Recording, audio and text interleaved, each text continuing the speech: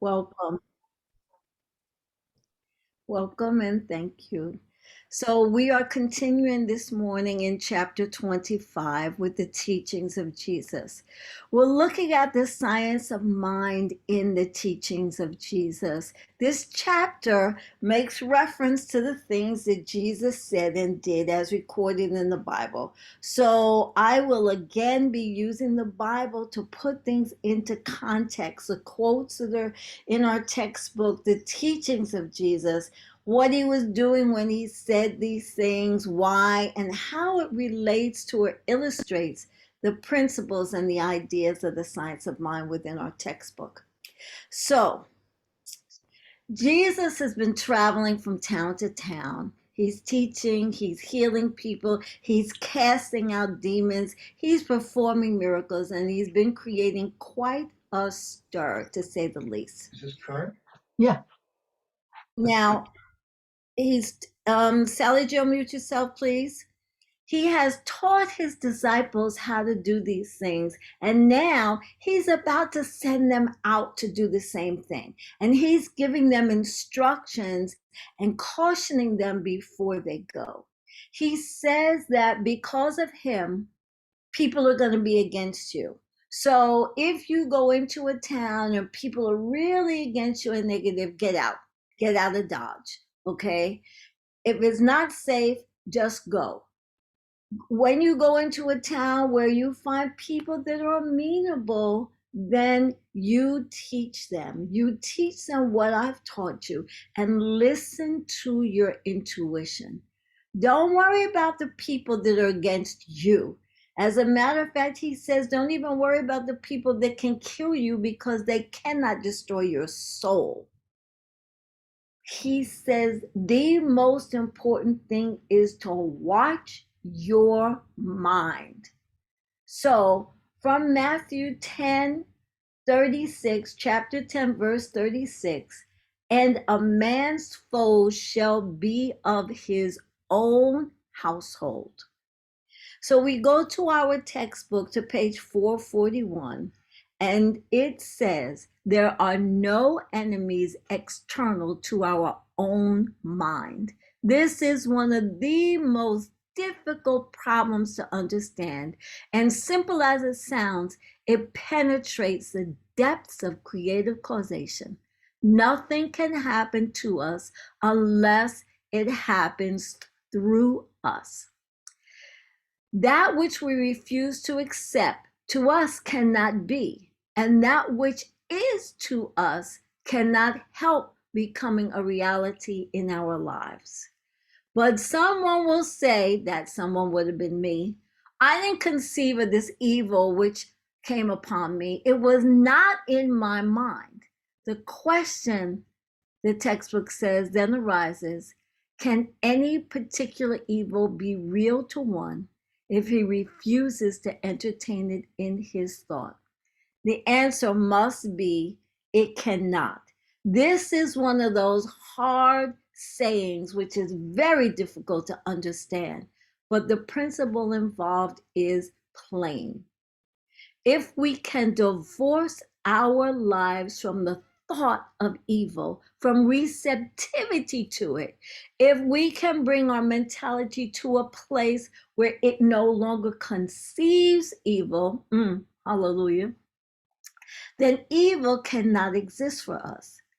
The proof of this doctrine remains for individual conviction through experience. I'm going to say that again. The proof of this remains for individual conviction through experience, but it is well worth trying. A good example of this is belief in duality. It's the problem of not being able to see the forest for the trees, seeing separateness rather than wholeness or oneness. I said in a talk I did some time ago that we human beings have collapsed and corrupted polarity on the physical plane with duality. There's only one, and there is a spiritual cause and back of everything that exists. There is spirit in back of everything that exists. And when we see from the perspective of oneness, when we are able to see the presence, to see spirit, and understand the creative process, we begin to understand as within, so without. So, about this proving it to yourself, from my experience, this is me, this is not the science of mind, okay?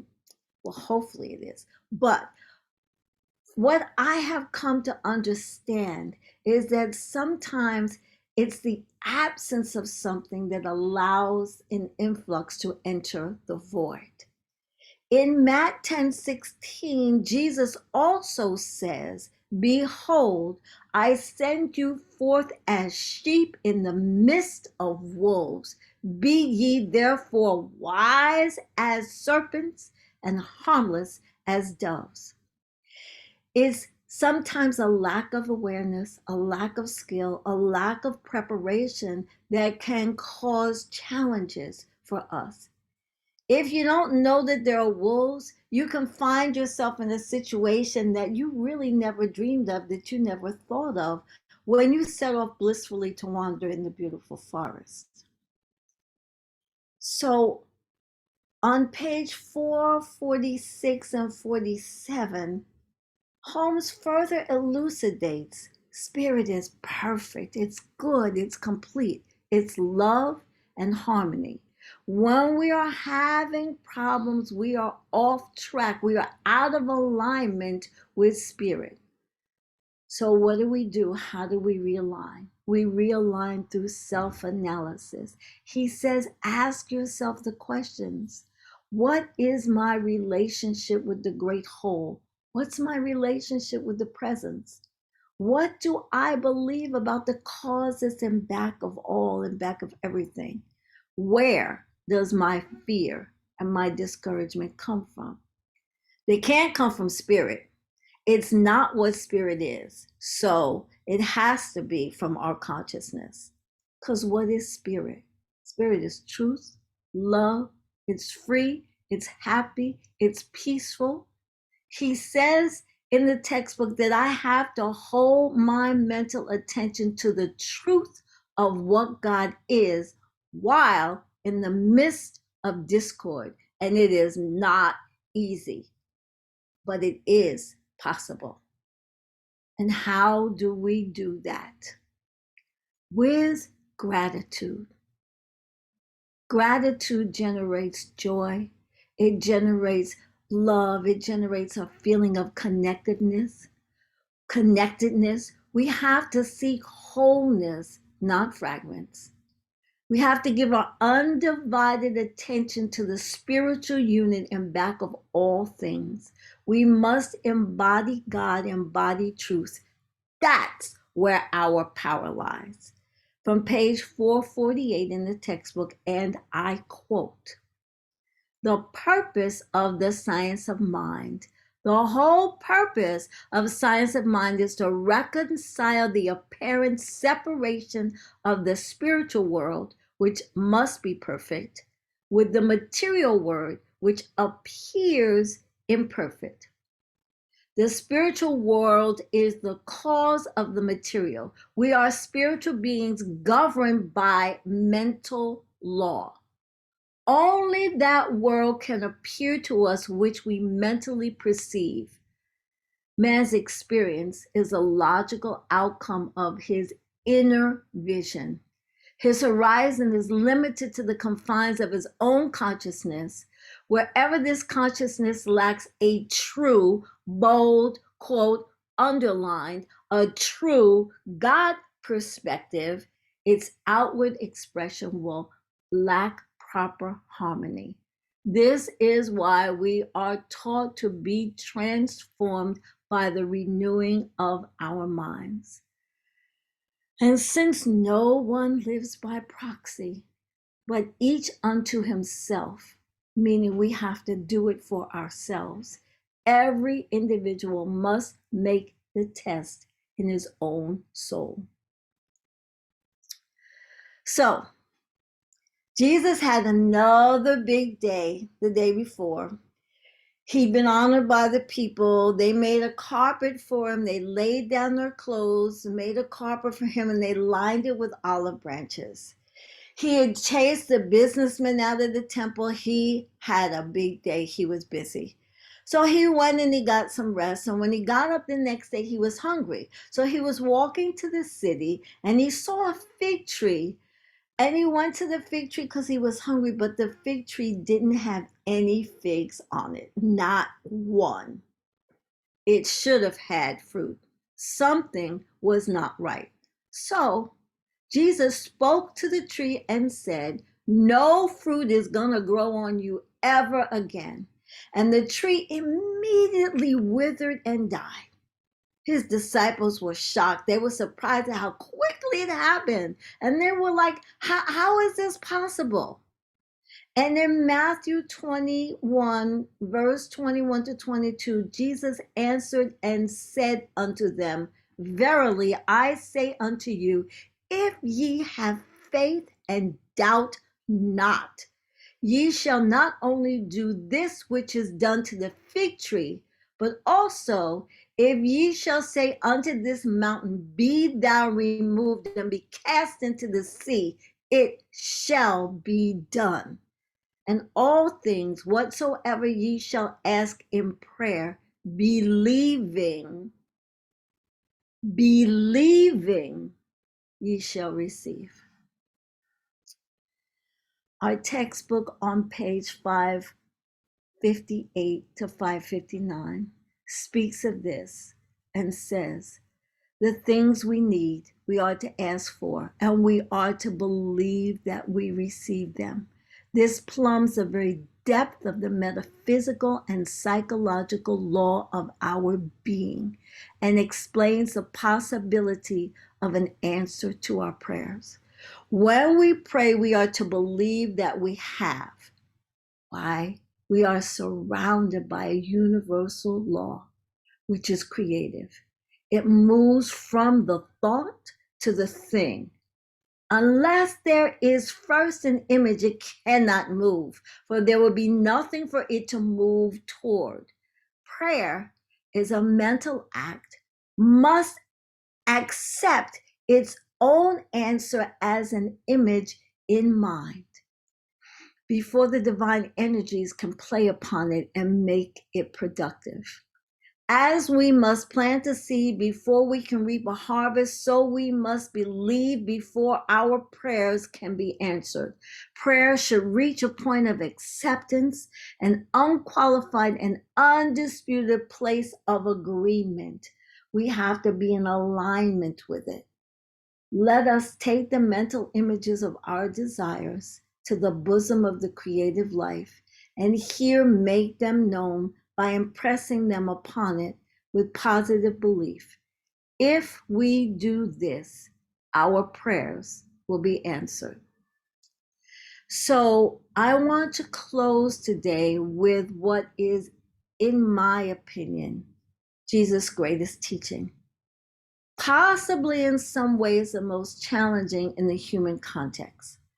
Not in an idealistic, foolish way, but as a foundational, fundamental essence and nature of spirit. And that is love. So we move from Matthew to John 13, verse 34 and 35. So here's what's going on. Jesus knows that he's about to die. Jesus and his disciples are at the Last Supper. And Jesus basically tells him, "I'm going to leave you soon." And they have a whole discussion. They want to go with him. And he says, "No, you can't, not now." And they want to know why.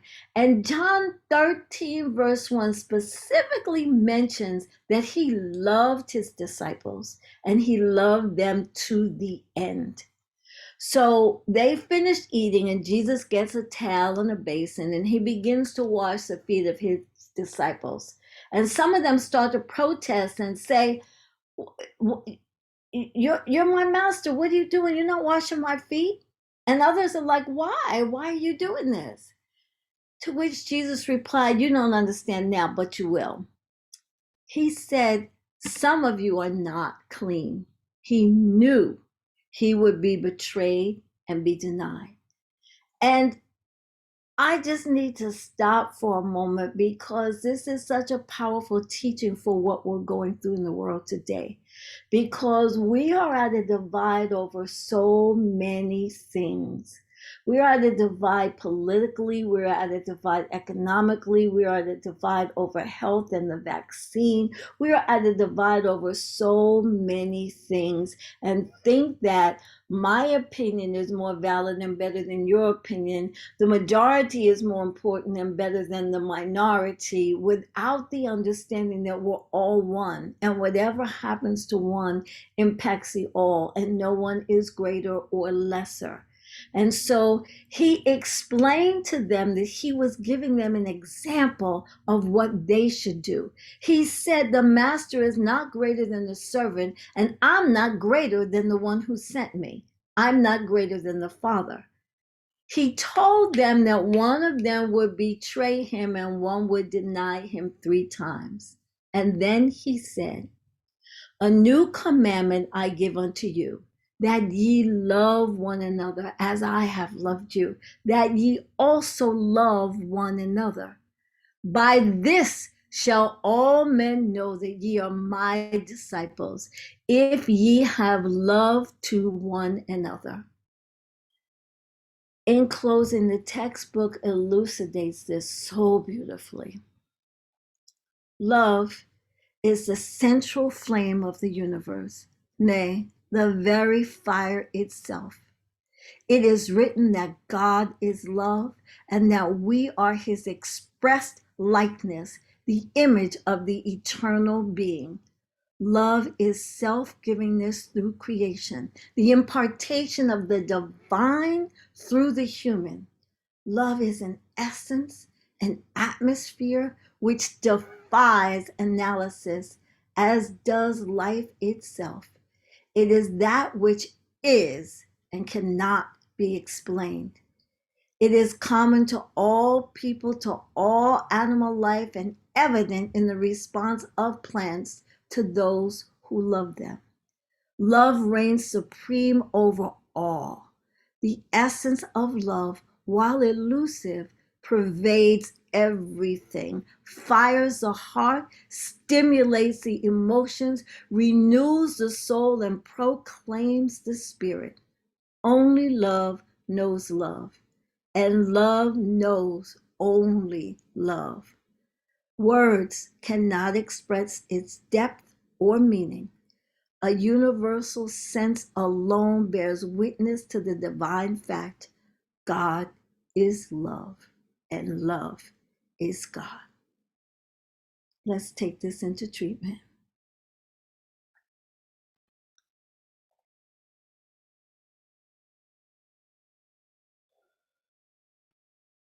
So in this moment, I just open my mind, my heart, I open my being, unguarded, to the divine light, to the divine love, to the divine power and presence that I call God, to that one that created me, sustains me, and expresses in and through and as me, to that one that is greater, that is all powerful, all knowing, and everywhere evenly present, to that love that creates, sustains, and maintains all of life, to that love that is infinite and unlimited. I open my mind and heart more fully and more completely than I ever have. And I affirm that this love, this light, this divine creative intelligence expresses in and through and as me, and expresses in and through and as each one. That there is a shift, there is a change, there is a renewing, there is an awareness that unfolds in the days to come that is more than has ever been before. An awareness of the divine connection, clear, palpable, one that I am able to live from, that each one is able to live from, and in the moment know exactly what is the right and perfect thing, how to think, how to do, how to be. This divine power and presence that I call God emanates through and as me, through and as each one, guiding and providing each one with the right expression that generates and expresses love, with the right expression that generates and expresses clarity and understanding of the truth in back of all things, that there is only one.